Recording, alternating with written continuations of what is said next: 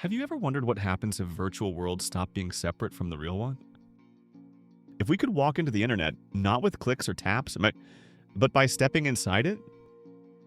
And what if one day virtual reality feels even more real than reality itself? We're discovering together one of humanity's boldest dreams, the metaverse and virtual reality. A story that began decades ago, long before Mark Zuckerberg ever called it Meta. At first glance, it looks like a game. But deep down, it's a revolution in how we perceive space, identity, and life itself. Virtual reality means building a digital world so convincing that our senses believe we're really there. And the metaverse? It's the fusion of all those virtual spaces into one shared universe. A place where work, fun, love, and economy all exist together. But where did it all begin? Let's go back to 1968, University of Utah. A young man named Ivan Sutherland built a device called the Sword of Damocles. A heavy metal headset hanging from the ceiling, showing simple 3D wireframes. That moment was the first step toward escaping physical reality. Computers were weak, graphics barely existed, but the idea was born. A world built by mind and machine.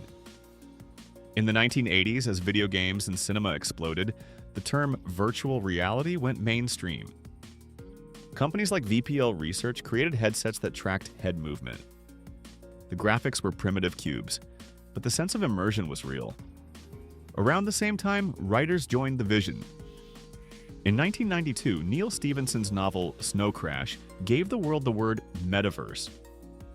He described a virtual city where people lived as avatars. It was fiction, but it inspired a generation of engineers who said, "We can build it." Still, the dream was ahead of its time. The hardware was expensive, the internet too slow, and reality too stubborn. But the story didn't end there. In the 2000s, faster internet and better graphics gave birth to Second Life. A digital world where you could own land, start a business, even get married. By 2006, it had over 1 million active users, and real banks opened branches inside it. For the first time, a virtual economy became truly real. Yet our bodies weren't really there. Then came 2012. Oculus Rift was born in a garage by a teenager named Palmer Luckey. Facebook bought it in 2014 for $2 billion. That deal ignited a global race. Google launched Cardboard, Sony brought PSVR, and Apple later entered with Vision Pro. By 2019, the VR market was already worth over $15 billion. And now, the metaverse has become the next internet frontier. Zuckerberg says the metaverse will replace the mobile internet. But will it really? In the metaverse, you can attend work meetings, concerts, or even buy virtual homes.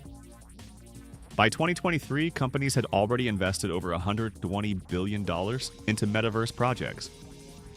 Yet critics argue it's overhyped.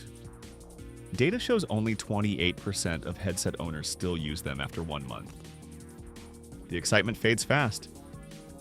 Meanwhile, privacy concerns grow louder. When every eye movement and gesture is tracked, who owns that data?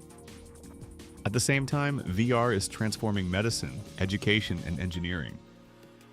Doctors practice surgeries in virtual rooms.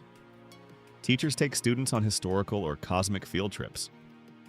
Engineers design entire cities before a single brick is laid. The line between real and digital is blurring. When a student walks through a VR classroom from home, or an elderly man strolls a virtual beach from his nursing bed, we realize this isn't just tech. It's human experience reborn. But a deeper question remains: if virtual life becomes perfect, would we still choose the real one? Maybe one day, the border between human and avatar will disappear. Maybe we'll choose to live in worlds we create, not the one we were born into. And maybe reality will just be another option in the settings menu. So tell me, when reality becomes plural, which one would you choose?